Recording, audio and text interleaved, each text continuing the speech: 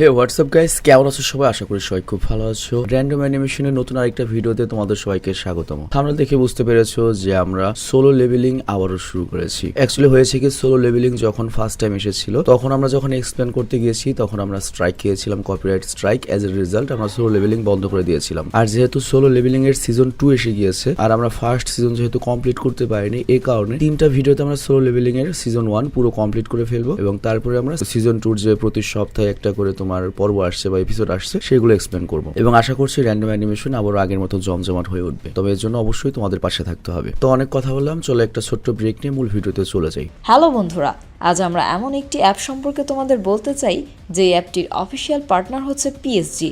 আর এখানে অনেকগুলো ম্যাচ খেলে ল্যাপটপ, আইফোন, স্মার্ট ওয়াচ ও আরও অনেক ক্যাশ প্রাইজ জেতার সুযোগ রয়েছে। আর এই অ্যাপটিতে সকল ধরনের লাইভ ম্যাচের রেজাল্ট দেখতে পারবে এবং এই ম্যাচের স্কোর অনুমান করে গেমও খেলতে পারবে। যেমন কোন টিম জিতবে, কোন টিম কত রান করবে, কে সর্বোচ্চ স্কোর করবে। এছাড়া বিভিন্ন ধরনের গেম রয়েছে, সেগুলো খেলেও ইনকাম করতে পারো। আর রেজিস্ট্রেশনের সময় আমাদের যে প্রোমো কোডটি রয়েছে অলোক1, এটা ব্যবহার করলে প্রথম ডিপোজিটে 26,000 টাকা পর্যন্ত বোনাস পেতে পারো। আর এই টাকা তুমি খুব সহজেই বিকাশ, ব্যাংক এবং অন্যান্য সহজ পদ্ধতির মাধ্যমে উঠাতে পারো। তো আর দেরি কিসের? ডেসক্রিপশনে প্রোমো কোড এবং পিন কমেন্টে প্রোমো কোড সহ সাইন আপ লিঙ্ক রয়েছে, সেটা ব্যবহার করো এবং ক্যাশ প্রাইজ জিতো। আর এখানে আরেকটা কথা মনে রেখো, আমরা যেই বিজ্ঞাপন দেই না কেন, অনলাইন থেকে টাকা আয় করা এত সহজ কোনো ব্যাপার নয়। তোমরা কোনো আর্থিক ক্ষতির সম্ভাবনা রয়েছে এমন কোনো ওয়েবসাইটে যাবে না। তো ব্রেক শেষে আমরা মূল ভিডিওতে চলে আসলাম। তবে এখানে একটা বিষয় উল্লেখ্য, যেহেতু আমরা পুরো সিজনকে মাত্র 3টা ভিডিওতে কমপ্লিট করবো, তো বুঝতেই পারছো আমাদের এপিসোডগুলো অনেক শর্ট করে করতে হবে। তো এর জন্য অনেক কাহিনী বাদ যেতে পারে আর এটা খুবই স্বাভাবিক একটা ব্যাপার। তো তোমরা যদি খালি এখানে ভুল ধরার জন্য ভিডিওটা দেখো তাহলে ভিডিওটা আরো নষ্ট হবে। কিন্তু তোমরা যদি পজিটিভলি দেখো যে অ্যাটলিস্ট আমরা চেষ্টা করছি যারা সোলো লেভেলিং দেখেনি শর্টকাটে তাদেরকে সোলো লেভেলিং এর সম্পর্কে মোটামুটি একটা আইডিয়া দেওয়ার জন্য, সেটাই মনে হয় বেটার হবে। তো যাই হোক, এই সিরিজের কাহিনী যখন শুরু হয় তখন আমাদের জেজু নামের একটা আইল্যান্ড বা দ্বীপ দেখানো হয় এবং আমাদেরকে বলা হয় সেখানে কিছু মনস্টাররা হামলা করে দিয়েছে। আর ওই জায়গাতে আমরা কিছু হান্টার্সদেরও দেখতে পাই বা ফাইটারদেরও দেখতে পাই, মানে এদেরকে এই সিরিজে হান্টার্স নামে পরিচয় করিয়ে দেওয়া হয়েছে। তো যাই হোক, এইসব হান্টার্স গুলো মনস্টারদেরকে মারছিল, কিন্তু মনস্টারদের সংখ্যা বাড়তেই থাকে এবং দেখতেই পাচ্ছ এগুলো সব হচ্ছে অ্যান্ট মনস্টার, পিঁপড়া মনস্টার। এবং এই অ্যান্ট মনস্টার গুলো ওদের উপরে এক পর্যায়ে চড়াও হতে থাকে। বাট তখনই ওদেরকে সেভ করার জন্য সেখানে মনে করো উঁচু র্যাঙ্কের হান্টাররা চলে আসে এবং ওই মনস্টারদের সাথে ফাইট করতে শুরু করে। আর এখানে একটা বিষয় লক্ষ্য, এখানে যে হান্টার রয়েছে তাদের সাথে একজন কিন্তু ডক্টরও রয়েছে যে তার জাদু শক্তি দিয়ে যে কাউকে হিল করার সক্ষমতা রাখে। ধরো তোমার একটা হাত পা চলে গিয়েছে, সে তার জাদু দিয়ে তোমার হাত পাটা ঠিক করে দেবে। মনে করে এই সোলো লেভেলিং এর ডক্টর তারা। তো যাই হোক, যারা এখানে আহত হয়েছে তাদেরকে হিল দেওয়া শুরু করে ওই হিলাররা। কিন্তু তখনই এখানে মনস্টারদের যে লিডার সে চলে আসে এবং সে অনেক বেশি পাওয়ারফুল ছিল এবং সাদা কালারের ছিল। কিন্তু এই দিকে আবার উঁচু র্যাঙ্কের যে হান্টাররা ছিল তারা অনেক বেশি পাওয়ারফুল ছিল। তো এই কারণে সহজেই সেই মনস্টারদের লিডারকে তারা হারিয়ে দেয়। কিন্তু তখনই সেই লিডারদের মতো পুরো একটা বাহিনী চলে আসে এবং এটা দেখে সকল হান্টাররা তাদের পুরো শক্তি নিয়ে ওই মনস্টারদের বিরুদ্ধে ফাইট করতে শুরু করে। আর এইখানে আমরা হান্টারদের যে কমান্ডার ক্যাপ্টেন তাকে দেখতে পাই, যার নাম হচ্ছে চুই। তো প্রত্যেক কমান্ডিং গ্রুপে একটা করে ক্যাপ্টেন থাকে আর কি। তো এখানের ক্যাপ্টেন হচ্ছে চুই এবং সে সবচেয়ে শক্তিশালী এবং চুই করে কি একটা আঘাতেই অনেকগুলো মনস্টারকে জ্বালিয়ে দেয় আর তারপর নিজের পুরো টিম নিয়ে মনস্টারদের বিরুদ্ধে ফাইট করতে থাকে। তো এখানে আমাদের সবার মনে প্রশ্ন আসে যে এই ইউনিভার্সে মনস্টার এলো কিভাবে বা এই হান্টাররা এরকম পাওয়ার পেলো কিভাবে? তো এটার উত্তরে আমাদেরকে বলা হয় যে আজ থেকে 10 বছর পূর্বে হুট করেই পৃথিবীর বিভিন্ন জায়গায় পোর্টাল খুলতে শুরু করে। পোর্টাল মানে তো বুঝতেই পারো, ওই সিনেমাতে দেখা যায় এক জায়গা থেকে আরেক জায়গায় যায়। তো এই পোর্টাল গুলো থেকে অদ্ভুত সব মনস্টার বের হতে থাকে এবং এই মনস্টারদের উপর যখন আর্মিরা আক্রমণ করে ওই নর্মাল অস্ত্র কোনো কাজেই করতো না। মানে সাধারণ মানুষজন তাদের যে কোনো অস্ত্রই থাক ওইটা দিয়ে মনস্টারের সাথে লড়াই করতে পারতো না। কিন্তু যেহেতু পৃথিবীতে মনে করো মনস্টার এসেছে, ওই সময় কিছু কিছু মানুষদের ভেতরেও স্পেশাল কিছু পাওয়ার চলে আসে এবং তারা ওই মনস্টারদের বিরুদ্ধে লড়াই করতে শুরু করে আর তাদেরকে হান্টার্স বলা হয়ে থাকে। আর এখানে একটা বিষয় লক্ষ্য, সকল মানুষের ভেতর কিন্তু পাওয়ার চলে আসেনি। কিছু কিছু মানুষদের মধ্যে পাওয়ার এসেছে, তবে সবার মধ্যে একরকম পাওয়ার আসেনি এবং একবার যার মধ্যে যে পাওয়ারটা আসবে সেই পাওয়ারটা তার চেয়ে আর কমবেও না বাড়বেও না। মানে তোমার মধ্যে যদি একটা পাওয়ার আসে তুমি সেই পাওয়ারটা ইনক্রিজ করতে পারবে না বা কমাতেও পারবে না। আর এই কারণে এই হান্টারদের পাওয়ার উপর ভিত্তি করে তাদেরকে আলাদা আলাদা র্যাঙ্ক দেওয়া হয়েছে। যেমন সবচেয়ে পাওয়ারফুল হান্টাররা হচ্ছে এস র্যাঙ্কের, এরপর রয়েছে এ, বি, সি, ডি এবং সবচেয়ে দুর্বল র্যাঙ্কের হান্টার্স হচ্ছে ই র্যাঙ্কের হান্টার্সরা। তো এটা দেখে বুঝতেই পারছো যে এটার সাথে মোটামুটি ওয়ান পাঞ্চ ম্যানের ভালোই মিল রয়েছে। তো যাই হোক, এরপর কাহিনী বর্তমানে চলে আসে আর এরপর আমাদের কিম নামের একটা হান্টারকে দেখানো হয় যে কোন একটা মিশনে যাওয়ার প্রস্তুতি নিচ্ছিল, মানে কোনো একটা জায়গায় নতুন আর একটা পোর্টাল খুলেছে, তার মানে সেখান থেকে মনস্টার বের হবে, তাদেরকে আটকাতে হবে। আর তখন তার একটা বন্ধু চলে আসে তার সাথে মিশনে যোগ দেওয়ার জন্য। আর এরপর আমাদের এই সিরিজের মেইন ক্যারেক্টার এবং বর্তমানে সবচেয়ে পপুলার ক্যারেক্টার সাং জিনুকে দেখতে পাই। আর সে ছিল হচ্ছে সবচেয়ে দুর্বল বা এই র্যাঙ্কের হান্টার্স, এবং তাকে দেখে সবাই উইকেস্ট বা দুর্বলতম হান্টার বলছিল। তো যাই হোক, জিনহো কিন্তু ওদের সাথে এই মিশনে যাবে। তো এখানে জিনহোকে দেখে কিম তার বন্ধুকে বলে জিনহো হচ্ছে সবচেয়ে দুর্বল হান্টার, এমনকি সে তার র্যাঙ্ক অনুযায়ী এই র্যাঙ্কের মনস্টারদের সাথে লড়াই করতে পারে না, সে ছোটখাটো মনস্টারদের কাছেও হেরে যায়। তো এগুলো যখন জিনহো শুনে ওর অনেক খারাপ লাগে, মনটা খারাপ হয়ে যায়। বাট তখনই জুহি নামের একটা মেয়ে আসে এখানে, যে আর কি মনে করে মিশনের ডক্টর বা হিলার। আর সে জিনহোর পূর্বের আঘাতগুলো দেখে এবং ওর উপর রেগে যায়। তো জুহি ছিল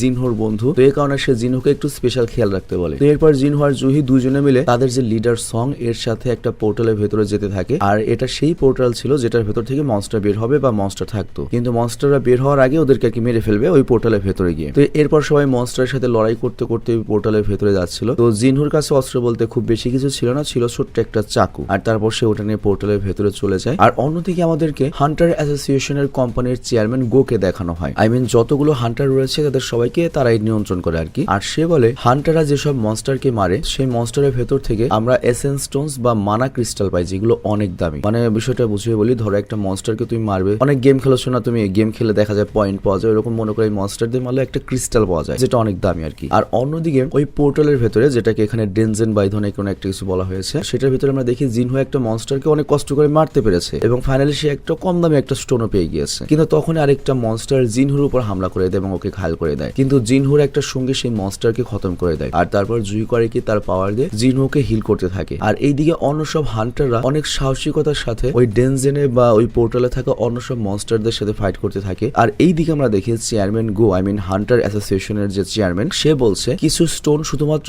উঁচু লেভেলের বা অনেক শক্তিশালী মনস্টারদের মারলেই পাওয়া যায়, আর সেগুলোকে বলা হয় মানা ক্রিস্টাল, এবং সেগুলোকে তুমি ডায়মন্ডের সাথে তুলনা করতে পারো। আর এই মানা ক্রিস্টালকে কয়েকটা কাজে ব্যবহার করা যায়। এই মানা ক্রিস্টাল দিয়ে তুমি মনস্টারের বিরুদ্ধে লড়াই করার জন্য অস্ত্র তৈরি করতে পারো। এছাড়াও এটা অন্য ধরনের একটা পাওয়ার সোর্স বা এনার্জি ক্রিয়েট করতে পারে, এবং সরকার এই ধরনের স্টোন যত বেশি সম্ভব পেতে চায়, কারণ এই সব স্টোন অনেকটা নিউক্লিয়ারের মতো কাজ করে বা পারমাণবিকের মতো মনে করো কাজ করে, বিদ্যুৎ বানানোর জন্য বা পাওয়ার প্ল্যান্ট হিসেবে ইউজ করবে। তো এখানে চেয়ারম্যান গোর কথা শুনে আমরা আরো বুঝতে পারি যে হান্টাররা মূলত এইসব স্টোন সংগ্রহের জন্যই মনস্টারদের সাথে লড়াই করে, কারণ মনস্টার মারলে তারা স্টোন পাবে এবং এই স্টোন গুলো জমা দিলে তারা অনেক টাকা পাবে। ব্যাপারটা অনেকটা এরকম, তুমি যদি একটা ইঁদুরের লেজ দাও, প্রত্যেকটা ইঁদুরের লেজ অনুযায়ী তুমি 1 টাকা করে পাবে, এরকম একটা ব্যাপার। আর ওইদিকে আমরা দেখি ওই পোর্টালের ভেতরে সকল হান্টাররা মিলে এই পোর্টালের বসকে মেরে ফেলে। আর ওইদিকে আমাদের জিনহো তো আহত হয়েছিল, জুহি ওকেও ঠিক করে দেয়। আর তারপর জিনহুর উপর রাগ করতে থাকে যে তোমার এই হান্টারের কাজ করা উচিত নয়, তুমি এই কাজ করতে গিয়ে সবসময় আহত হও, এমন ভাবে চলতে থাকলে একদিন তো তোমার জান চলে যাবে। তো এই কথা শুনে জিনহুর অনেক কষ্ট হয়। অ্যাকচুয়ালি জিনহো খুব নিরুপায়, ওর আর কিছু করার নেই। তো যাই হোক, সবাই মনস্টারকে মেরে ফিরে যেতে থাকে। বাট তখন ওরা আরেকটা সুড়ঙ্গ দেখতে পায়, আর তখন ওরা বুঝতে পারে যে এই পোর্টালের ভেতরে দুটো ডানজেন বা ডেনজেন রয়েছে, মানে দুটো মনস্টারের ঘাঁটি রয়েছে। আর এই সুড়ঙ্গ দেখে ওদের মনে হয় এই ডেনজেনের ভেতর বা ডানজেনের ভেতর সবচেয়ে দামি মানা ক্রিস্টাল পাওয়া যেতে পারে। তো এটা ভাবে কিছু হান্টার করে কি এটার ভেতরে যাওয়ার জন্য বলতে থাকে, কিন্তু ওদের যে লিডার ছিল যে হচ্ছে সং নামের, সে এমনটা করতে মানা করে এবং বলে এরকম সিচুয়েশনে আমাদের হান্টার অ্যাসোসিয়েশনের থেকে অর্ডারের জন্য ওয়েট করা উচিত, তারা যেটা বলে আমরা সেটা করব। কিন্তু তখন কিছু হান্টার কিছু বাড়তি টাকা লাভের আশায় জিদ করতে থাকে, মানে ওভার কনফিডেন্স ওদের যে ওরাই ভিতরে গিয়ে মেরে ওরা ক্রিস্টাল নেবে, টাকা কামাই করবে। তো এই অবস্থা দেখে তখন লিডার সং করে কি সকল হান্টারদের মধ্যে ভোটিং করায়, যাতে জানতে পারে কে যেতে চায় ভেতরে, কে যেতে চায় না। তো এখানে সকল হান্টাররা তাদের মতামত বলে। তো এখানে অর্ধেক লোক ভেতরে যেতে চায়, বাকি অর্ধেক ভেতরে যেতে মানা করে দেয়। আর লাস্টে শুধুমাত্র জিনহুর ভোট বাকি ছিল, মানে আমাদের নায়কের। তো এখানে জিনহু জানতো যে এটা ডি র্যাঙ্কের একটা ডানজেন, মানে ওর চেয়ে উপরের র্যাঙ্কের, এবং এখানে যে মনস্টার গুলো থাকবে সেখানে অনেক বড় লেভেলের মনস্টার থাকতে পারে এবং ওখানে গেলে সে মারা পড়তে পারে। যদি একটা বড় লেভেলের মনস্টারের মুখোমুখি ওর হতে মরতে হবে। কিন্তু তারপরে জিনহু তার মায়ের চিকিৎসা এবং বোনের পড়াশোনার বিষয়ে চিন্তা করে এবং তারপর টাকার জন্য ভেতরে যেতে রাজি হয়ে যায়, যাতে ও আরো কয়টা টাকা কামাতে পারে। আর এরপর আমরা জিনহু নামের একটা ছেলেকে দেখতে পাই যে আজকে হান্টার অ্যাসোসিয়েশনে এসেছে এবং ডি র্যাঙ্কের হান্টার হিসেবে রেজিস্টার হয়েছে। আর সিরিজের শুরুতে আমরা চয় নামের যে কমান্ডারকে দেখেছিলাম, সেই মূলত নতুন নতুন হান্টারদেরকে এক জায়গায় করছিল এবং এখানে চৈতার সকল ওয়ার্কারকে বলে তোমরা যত পারো নতুন নতুন হান্টারকে টিমে জয়েন করাও, তবে কোনো হান্টারের কম্পারিজন চাহেনের সাথে করো না, কারণ সে অনেক পাওয়ারফুল। তো এই চাহেনকে এটা আমরা পরে জানতে পারবো আর কি, মানে ওই চাহেন নামের হান্টারটা কে যে অনেক বেশি পাওয়ারফুল পরে জানতে পারবো। আর এরপর আমরা দুজন চোরকে দেখতে পাই যারা একটা মহিলার পার্স চুরি করে পালাচ্ছিল। বাট তখনই এখানে চাহেন চলে আসে, মানে একটু আগে যার কথা বললো, এবং সে চোরদেরকে সহজেই হারিয়ে দেয় এবং সে ওই মহিলার ব্যাগ চোরদের থেকে নিয়ে নেয়। তো এখানে আমরা জানতে পারি চাহেন হচ্ছে এস র্যাঙ্কের হান্টার, এর সাথে সে খুবই সুন্দরী, ফেমাস এবং পাওয়ারফুল হান্টারও। এবং তুমি আবার হেনতাইতে গিয়ে চাহেনের কিছু খুঁজো না আর কি। তো যাই হোক, এইদিকে আমরা দেখতে পাই জিনহু আর তার বাকি টিমের লোকেরা সেই সুরঙ্গের ভেতরে অনেকটা পথ চলে এসেছে। আর এখানে সং সবাইকে বলে দেখো আমরা ওই ডেনজেনের বসকে মেরেছি, 40 মিনিট হয়ে গিয়েছে এবং একটা পোর্টাল খোলার পরে 1 ঘন্টার মধ্যে বন্ধ হয়ে যায় পোর্টাল। তো আমাদের কাছে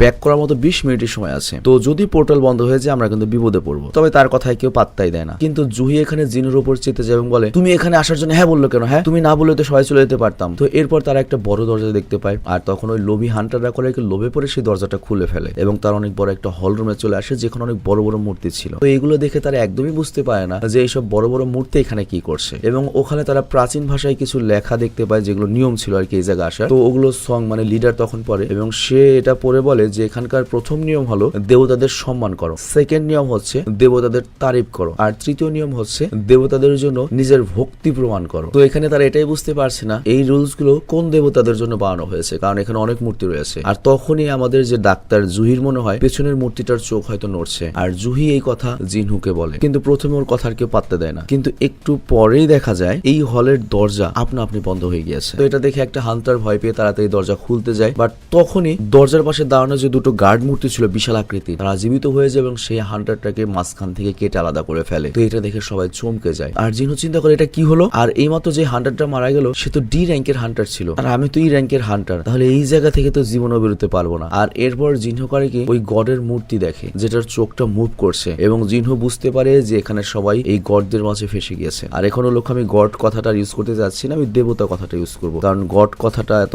সস্তা একটা ওয়ার্ড নয়। তো যাই হোক জিনহু এখানে ভয় পেয়ে নিজেকেই নিজে বলে আমি যখন হান্টার হয়েছি প্রথম থেকে আমি মিশনের মধ্যে অনেকবার ঝামেলায় পড়েছি আর এটা আমার কাছে অভ্যাস হয়ে গিয়েছে আর আমার কাছে টাকা পয়সা অনেক কম, এই জন্য আমার কাছে ভালো অস্ত্রও নেই আর এই কারণে আমার নিজের জীবন ঝুঁকি রেখে বড় বড় ডানজেনে যাই যাতে ফাঁকতালে কিছু বাড়তি টাকা আয় করতে পারি। আর তখনই ওই দেবতাদের মূর্তি ওদের উপর হামলা করে দেয়, কিন্তু তার আগেই জিনহুর সবাইকে নিচু হয়ে বসতে বলে। তো জিনহুর কথায় কয়েকজনের জান বেঁচে যায়, তবে এটা দেখে তারা ভয় পেয়ে যায় যে বাকি যারা মারা গিয়েছে তাদের ছাই হয়ে গিয়েছে, মানে মুহূর্তের মধ্যে কি হলো তারা বুঝতেও পারেনি। আর এখানেই সোলো লেভেলিং এর প্রথম এপিসোডটা শেষ হয়ে যায়। তো সেকেন্ড এপিসোড যখন শুরু হয় তখন আমরা শুরুতে জিনহু এবং বাকিদেরকে দেখি তারা কেউ কিছু বুঝতে পারছিল না যে এখানে ঘটলোটা কি এবং তারা কিভাবে ফেসে গেলো, এখন তারা এখান থেকে বের হবে কিভাবে। তো এখানে যে লিডার ছিল সং তিনি সবাইকে নড়াচড়া করতে মানা করে দেন এবং একটা জায়গাতেই থাকতে বলেন, কিন্তু তখনই জিনহু সং এর একটা হাত দেখে যে ওই মূর্তির হামলায় তার একটা হাতই কেটে গিয়েছে। তো এটা দেখে জিনহু সং এর হাতে পট্টি বেঁধে দেয় আর জুহি এটা দেখে তো প্রচন্ড ভয় পেয়ে গিয়েছে। তো এখানে সং জিনহুকে সেই বোর্ডে লেখা রুলস গুলো সম্পর্কে বলে এবং বলে মনে হয় আমাদের সেই রুল গুলো ফলো করতে হবে, তা না হলে আমরা সবাই মারা পড়বো। তো এই কথা শুনে জিনহু বুঝে যায় যে এখানকার ওই বড় মূর্তিটাই হচ্ছে দেবতা, মানে সবটি লিডার। কিন্তু এগুলো দেখে একটা হান্টার প্রচন্ড রেগে যায় এবং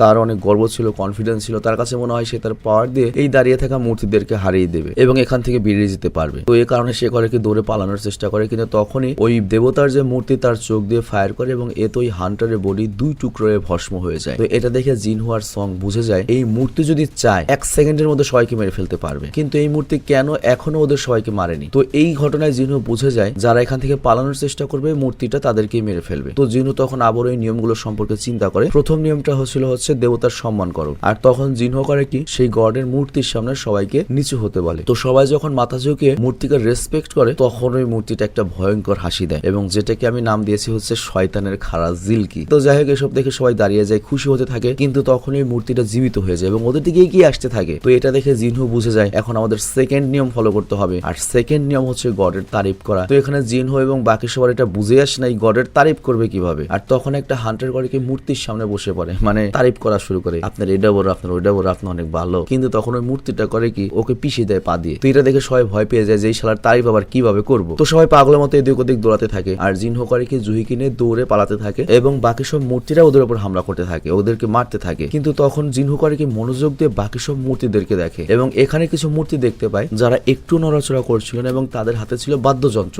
তো এটা দেখে জিনহুর মাথায় একটা জিনিস ক্যাচ করে, সে তাড়াতাড়ি সবাইকে বলে যে মূর্তিগুলোর হাতে বাদ্যযন্ত্র রয়েছে সেই মূর্তিগুলোর কাছে যেতে। তো এটা শুনে সবাই সেখানে যায় আর প্রত্যেকটা মানুষ যখন যে মূর্তির কাছে দাঁড়াচ্ছিল যার হাতে বাদ্যযন্ত্র রয়েছে সেই মূর্তিগুলো বাদ্যযন্ত্র বাজাতে শুরু করে। আর এর ফলে যেটা হয় বড় মূর্তিটা তাদের আর আঘাত করে না। তো এরপর জিনহু আর জুহি একটা মূর্তির সামনে চলে আসে, কিন্তু ওই মূর্তি বাজনা বাজায় না। তো জিনহু বুঝে যায় এখানে 2 জন মানুষ, এই জন্য ওই মূর্তিটা বাজনা বাজাচ্ছে না। তো এই কারণে জিনহু করে কি জুহিকে সেখানে রেখে অন্য মূর্তির কাছে যেতে থাকে, কিন্তু তখন সেই বড় মূর্তি জিনহুর উপরে হামলা করে দেয় এবং তাকে পিছিয়ে ফেলার চেষ্টা করে, কিন্তু তখন জিনহু হার মানে না আর সে ওই মূর্তির কাছে পৌঁছে যায় যার হাতে ইনস্ট্রুমেন্ট ছিল। তো এরপর সেই বড় মূর্তি তার নিজের জায়গায় গিয়ে বসে পড়ে আর তখন জুহি জিনহুর কাছে আসে এবং দেখতে পায় জিনহুর একটা পা কেটে গিয়েছে। তো এখানে জুহি করে কি জিনহুর পাটা নিজের পাওয়ার দিয়ে আবার জোড়া লাগানোর চেষ্টা করে, কিন্তু সে এমনটা করতে পারে না। আর এই বিপদে সবাই মিলে তখন করে কি এখানে আসার দোষটা লিডার মিস্টার সং এর উপরেই দেয়। মানে চিন্তা করো, আসলে তোরা টাকার লোভে দোষ দিলে সং এর উপরে। তো যাই হোক সবাই বলে যে এটা আপনার কারণে হয়েছে। তো যাই হোক এরপর তারা যখন কথা বলছিল তখনই সেখানে বলি দেওয়ার মতো একটা স্থানের তৈরি হয়। তো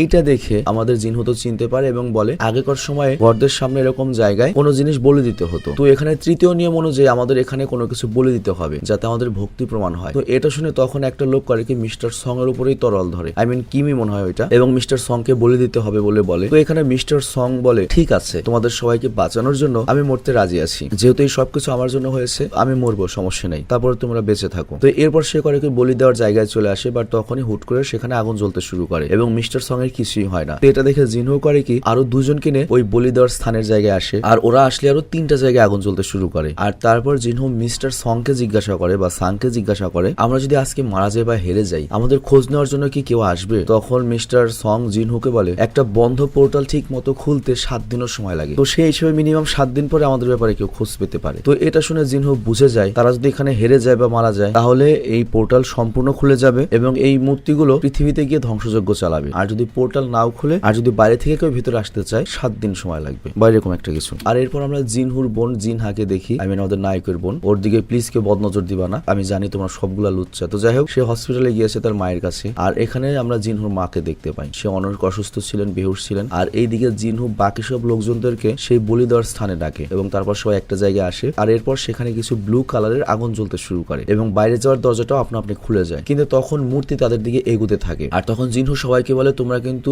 এক পাও নড়বে না, কারণ মূর্তিগুলোর দিকে তোমরা যতক্ষণ তাকিয়ে থাকবে ওই মূর্তিগুলো নড়বে না, তো মূর্তিগুলোর দিকে তাকিয়ে থাকো। তো এরপর সবাই এটাই করে, কিন্তু তখন একটা মেয়ে ভয় পেয়ে যায় এবং সেখান থেকে পালায় এবং দেখা যায় দরজায় দাঁড়ানো গার্ডসরাও তাকে মারে না। আর তাছাড়া জিনহু খেয়াল করে সময়ের সাথে সাথে ওই নীল কালারের যে আগুনগুলো সেগুলো কমে যাচ্ছে। তো এটা দেখে জিনহু বুঝে যায় যে এই দেবতারা বাইরে যাওয়ার রাস্তা এজন্যই খুলেছে, এটা হতে পারে এক ধরনের ফাঁদ বা লোক। সে দেখতে চায় যে আমরা কি আসলেই এই দেবতার আসল ভক্ত নাকি পালিয়ে যাব। তো জিনহু যখন এই চিন্তা করছিল তখন আরেকটা ছেলে সেখান থেকে পালিয়ে যায়, বাট জিনহু বাকি লোকদের পালাতে মানা করে এবং বলে আমাদের সেকেন্ড আগুনটা নেভা পর্যন্ত অপেক্ষা করা উচিত, এরপর হয়তো আমরা সবাই বের হতে পারবো। কিন্তু তখন কিম নামের যে লোকটা ছিল, যে তো জিনহুকে অকর্মায় মনে করতো, সে জিনহুর এমন বুদ্ধি দেখে এই পজিশন অনেক তারিফ করে। তবে তারপরও সে করে কি তার পরিবারের বাহানা দেখিয়ে সেখান থেকে পালায়। আর শেষ পর্যন্ত থাকে হচ্ছে জুহি মানে ডাক্তার, লিডার সং এবং জিনহু। তো এরপর মিস্টার সং আমি লিডার সে জুহি এবং জিনহুকেও পালিয়ে যেতে বলে এবং সং বলে দেখো আমাদের মধ্যে একজনও যদি এখানে থাকে তাহলে দরজাটা খোলা থাকবে, এই সুযোগে তোমরা চলে যাও। আর পাশাপাশি মিস্টার সং এটাও জুহিকে বলে দেয় যে জিনহুর খেয়াল রাখ, কারণ জিনহুর তো একটা পা নেই হয়ে গিয়েছিল, ওটা আর কি জুহি ঠিক করে দিয়েছে, স্ক্রিপ্ট রাইটার মনে হয় ওটুকু বাদ দিয়ে দিয়েছিল আর কি। তো যাই হোক সে জিনহুকে এখান থেকে নিয়ে যেতে বলে, কিন্তু তখনই জুহির পায়ে একটা কিছু হয়ে যায় এবং সে এখানেই পড়ে যায়, সে হাঁটতে পারে না। বুঝতে পেরেছে কি হয়েছে, জিনহুকে যে একটু আগে হিল করেছে জুহি, এ কারণে জুহির পাওয়ারই কম হয়ে গিয়েছে, আর এটা মিস্টার সংও বুঝতে পারে। তো এটা দেখে তখন জিনহু মিস্টার সংকে উল্টো রিকোয়েস্ট করে আমি জুহিকে নিয়ে অবস্থায় বাইরে যেতে পারবো না, আপনি প্লিজ জুহিকে বাঁচান, আপনি জুহিকে নিয়ে বাইরে যান। কিন্তু মিস্টার সংও না করে দেয় এবং জুহিও না করে যে তোমাকে ছেড়ে যাবো না। কিন্তু তখন জিনহু করে কি তার কাছে থাকা যে একটা স্টোন ছিল সেটা জুহিকে দেয় এবং বলে আমি তোমাকে বাইরে ডিনারে নিয়ে যাওয়ার কথা দিয়েছিলাম, কিন্তু হয়তো আমি পারবো না, তুমি এটা বিক্রি করে ডিনার করে নিও, কিন্তু যদি আমি বেঁচে ফিরি তাহলে বাকি টাকা আমি ফেরত নিয়ে নেবো। তো এরকম পরিস্থিতিতে জুহি তো যেতে চায় না, তখন মিস্টার সং করে কি জুহিকে বেহুশ করে দেয় এবং ওকে কোলে তুলে এখান থেকে চলে যায়। আর তারপর সবগুলো মূর্তি জিনহুর উপর হামলা করতে থাকে, জিনহুর একটা হাত কেটে দেয়, পা কেটে দেয় এবং জিনহু এখানে মরে যেতে থাকে। আর তখন জিনহুর তার নিজের পরিবারের কথা মনে আসতে থাকে। আর এরপর একটা মূর্তি জিনহুকে তরল দিয়ে মারতে যাচ্ছিল, কিন্তু ওই মুহূর্তেও জিনহু চিন্তা করে মনে মনে ইস যদি আমি বেঁচে থাকার আর একটা সুযোগ পেতাম। বাট তখনই জিনহুর সামনে একটা নোটিফিকেশন আসে, তুমি এখন প্লেয়ার হওয়ার যোগ্যতা অর্জন করেছো, তুমি কি এটা একসেপ্ট করবে? তো জিনহু সেটা একসেপ্ট করে ফেলে আর এখানে এপিসোড 2 শেষ হয়ে যায়। এবং আমার কাছে মনে আছে যখন আমি গত বছর এই সোলো লেভেলিং এর এপিসোড 2 শেষ করেছিলাম তখন আমি খুব কনফিউজড হয়ে গিয়েছিলাম যে কিসের মধ্যে কি আইলো, জিনহু কি তাহলে কোনো গেম খেলছে? তো যাই হোক এরপর থার্ড এপিসোড শুরু হয়। থার্ড এপিসোডের শুরুতে আমরা দেখি জিনহু একটা হসপিটালে রয়েছে এবং সে তো নিজেকে জীবিত দেখে অবাক এবং উঠে বসলে সে তার হাত পাও দেখতে পায় যে সবকিছু একদম ঠিক রয়েছে। আমরা অবাক হয়ে যাই এবং জিনহুর কাছে মনে হয় তাহলে এতক্ষণ কোনো আমি একটা স্বপ্নে দেখেছি। বাট তখনই সেখানে হান্টার অ্যাসোসিয়েশনের দুজন মেম্বার চলে আসে, একজনের নাম হচ্ছে সিনজুল, আরেকজনের নাম হচ্ছে কাং। তো এখানে তারা জিনহুকে বলে তুমি গত 3 দিন ধরে বেহুশ ছিলে। পাশাপাশি সে এটাও বলে তোমার টিমের লিডার সং সে ওই ডাবল ডেনজেনের ঘটনায় নিজের একটা হাত হারিয়েছে আর তাকে হয়তো এখন হান্টারের জব ছেড়ে দিতে হবে। আর তোমার যে বান্ধবী ছিল জুহি সে ওই ঘটনার পর অনেক ডিপ্রেশনে চলে গিয়েছে, ট্রমায় চলে গিয়েছে, সে আর বাড়ি থেকে বেরিয়ে হচ্ছে না। তো এটা শুনে জিনহু বুঝতে পারে ওটা কোনো স্বপ্ন ছিল না। আর তখনই সিনজুল জিনহুকে বলে আচ্ছা ওই দ্বিতীয় ডানজেন সম্পর্কে বাকি হান্টাররা যখন জানতে পারে তারা দ্রুত সেখানে যায়, কিন্তু সেখানে গিয়ে তারা কিছুই পায়নি, জাস্ট তোমার বেহুশ অবস্থায় আদমরা দেহটা পেয়েছিল আর ওখানে কোনো ধরনের সেলার বা কিছুই ছিল না। তো এটা শুনে জিনহু অবাক হয়ে যায়। সেলার মানে হয়তো কি বুঝেছে আমি বুঝতে পারিনি, হয়তো বুঝিয়েছে যে ভেতরে ঢোকার যে কোনো বাধা বা কোনো কিছুই ছিল না, কোনো দরজা মরজা কিছুই ছিল না যেরকমটা শোনা গিয়েছে। তো যাই হোক এখানে চিনঝুল জিনহু জিনহোকে আবারও জিজ্ঞাসা করে, তোমার ভেতরে কি রিসেন্টলি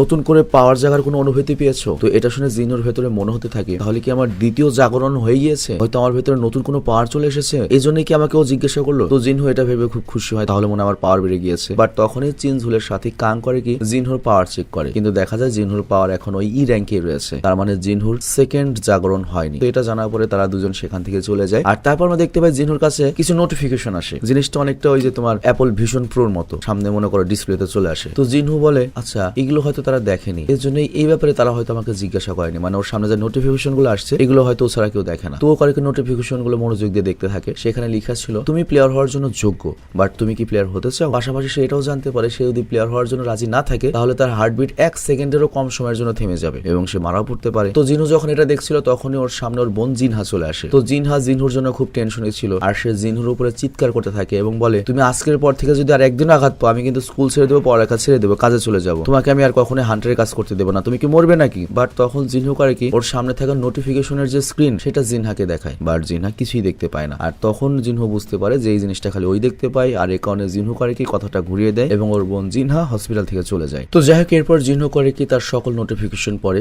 আর সে জানতে পারে যেসব নোটিফিকেশন সে পাচ্ছে এটা একটা সিস্টেম, এটা এমন একটা সিস্টেম যেটা প্লেয়ারদের গ্রোথের জন্য বানানো হয়েছে। তো এই সিস্টেমের মধ্যে কোনো অর্ডার যদি কোনো একটা প্লেয়ার ফলো না করে সে এটা শাস্তিও পাবে। তবে জিনহু এটাকে সিরিয়াসলি নেয় না, বুঝেও না। তবে সেখানে একটা ডেইলি মিশন আসে যেখানে তাকে এতগুলো পুশ আপ দিতে হবে, এতগুলো সিট আপ করতে হবে, এতগুলো স্কোয়াট করতে হবে, এত খালি দৌড়াতে হবে, মানে এক্সারসাইজ করতে হবে। পাশাপাশি এটা লেখা ছিল জিনহু প্রতিদিনের টাস্ক যদি পূরণ না করে তাহলে তাকে কিন্তু শাস্তি পেতে হবে। তো এই টাস্ক পূরণের জন্য টাইমার চলছিল, কিন্তু জিনহু এগুলো বুঝতেই পারে না বা সিরিয়াসলি নেয় না। আর এই দিকে আমরা দেখি জিনসুল বা জিনসুল চেয়ারম্যান গোকে এই ডাবল ডেনজেনের কেসের ব্যাপারে সব বলে দেয়, আর চেয়ারম্যান গো তখন জিনসুলকে এই কেসের ব্যাপারে আরো ভালো মতো তদন্ত করতে বলে। আর অন্যদিকে আমাদের জিনহু যখন হসপিটালে ঘুমাচ্ছিল তখনই তার ডেইলি মিশনের টাইম শেষ হয়ে যায়, আর তখন হুট করে ভূমিকম্প শুরু হয়, আর এতে জিনহু বেড থেকে নিচে পড়ে যায় এবং সে নিজেকে একটা অদ্ভুত জায়গায় পায়, আর সেখানে অনেক বড় একটা মনস্টার তার উপর হামলা করে, সেন্টিবিট মনস্টার। আর জিনহু তখন তার চোখের সামনে নোটিফিকেশন থেকে জানতে পারে এই শাস্তি সে পেয়েছে মিশন পূরণ না করার কারণে, এবং এখন থেকে এই মনস্টারের সামনে তাকে 3 ঘন্টা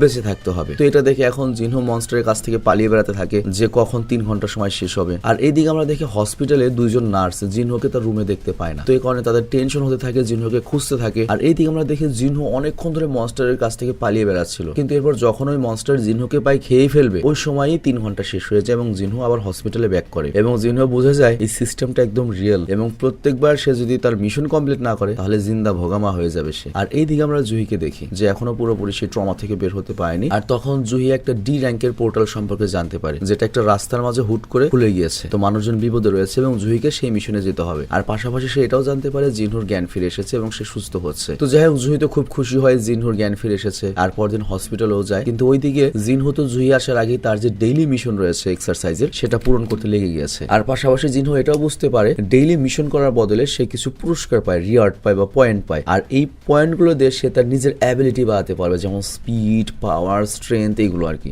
বুঝো ব্যাপারটা? তো যাই হোক এখানে জিনহু তার পয়েন্ট দিয়ে নিজের শক্তি বাড়িয়ে ফেলে, কিন্তু আমি জানি তুমি যদি এরকম শক্তি পেতে তুমি কোনটা শক্তি বাড়াতে। তো যাই হোক এরপর জিনহু করে কি তার দিনের শেষ মিশনটা পূরণ করে ফেললে একটা বক্স পায় যেটার ভেতরে একটা চাবি বের হয়, যেটি ছিল একটা অদ্ভুত ডেনজেনের চাবি বা পোর্টালের চাবি। জিনহু বুঝতে পারে না চাবিটা কিসের হতে পারে। তো যাই হোক এরপর জিনহু যায় হচ্ছে তার মায়ের কাছে, আর এখানে আমরা জানতে পারি 10 বছর আগে যখন তোমার ওই যে পোর্টাল গুলো খোলা শুরু হয়েছে তারপর থেকে নতুন একটা অসুখ বের হয়েছে, মানে ওই পোর্টাল গুলো মাঝে মাঝে যখন খোলে যার কাছাকাছি পোর্টাল খোলে তাদের উপর একটা ইফেক্ট হয় এবং এ কারণে অনেকেই বেহুশ হয়ে গিয়েছে। তো এখানে ডক্টররা বলে যে জিনহুর মা ইন্টারনাল স্লিপে চলে গিয়েছে, মানে কোমায় চলে গিয়েছে, এবং এটা এমন একটা অসুখ যেটা ওই পোর্টাল খোলার কারণে মানুষদের মধ্যে দেখা গিয়েছে, নতুন একটা অসুখ। তো হয়তো ওর মা আর কখনোই উঠবে না। তো এরপরে যেটা হয়েছে জিনহু করে কি তার মায়ের হসপিটাল খরচ, বোনের পড়াশোনার খরচ বহন করার জন্য অনেক কাজ করছিল, অনেক কষ্টের কাজ করছিল, কিন্তু একদিন হুট করে মধ্যে পাওয়ার চলে আসে আর সে হান্টার হয়ে যায়, কিন্তু পাওয়ারটা ছিল খুবই কম। তো এই কারণে সে হয় হচ্ছে ই র্যাঙ্কের হান্টার। তবে অন্য কাজের চেয়ে এখানে পয়সা একটু বেশি পাওয়া যায়, তবে তারপরে সবাই ওর দুর্বলতা নিয়ে অনেক বেশি মজা করতো। তো যাই হোক এরপর কাহিনী আবার বর্তমানে আসে, আর এখানে জিনহু তার মিশন পূরণ করার কারণে তার ওই চাবিটা বের করে,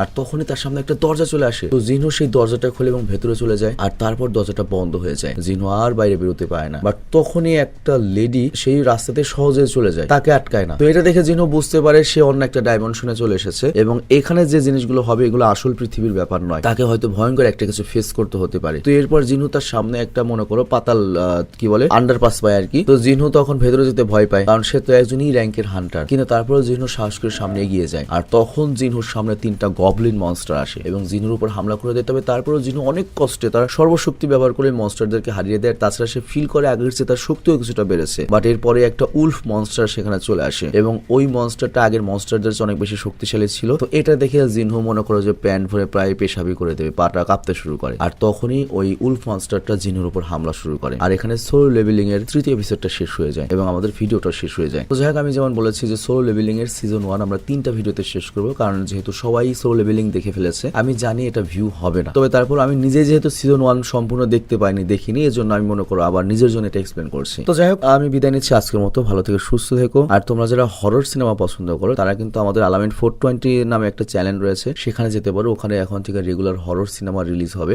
আর আমাদের আরেকটা চ্যানেল রয়েছে সাবেস 420, সেখানে কিন্তু এখন থেকে কন্টিনিউয়াসলি যে ওয়েব সিরিজ গুলো রয়েছে সেগুলো এক্সপ্লেন হচ্ছে। বর্তমানে স্কুইড গেম চলছে, এরপরে নতুন আরেকটা অসাধারণ সিরিজ আসবে, ওখানেও তোমরা অনেক এন্টারটেইন হবে। আর র্যান্ডম ভিডিও চ্যানেলের কথা কি বলবো, ওটা আবল তাবল চ্যানেল, নামই তো র্যান্ডম, মানে ব্যাপরা, ওটা এক একবার এক এক ভিডিও আসবে, ওটা কোনো কথা নাই। তো যাই হোক, সাইবেস এবং আলামিন 420 চ্যানেলের দিকে তোমাদের একটু নজর দিতে বলবো, রিকোয়েস্ট করবো ওইসব চ্যানেলে যেতে। আমি লিঙ্কগুলো ডিসক্রিপশন এবং পিন কমেন্টে দিয়ে দিয়েছি। বিদায় নিচ্ছি, আল্লাহ হাফেজ।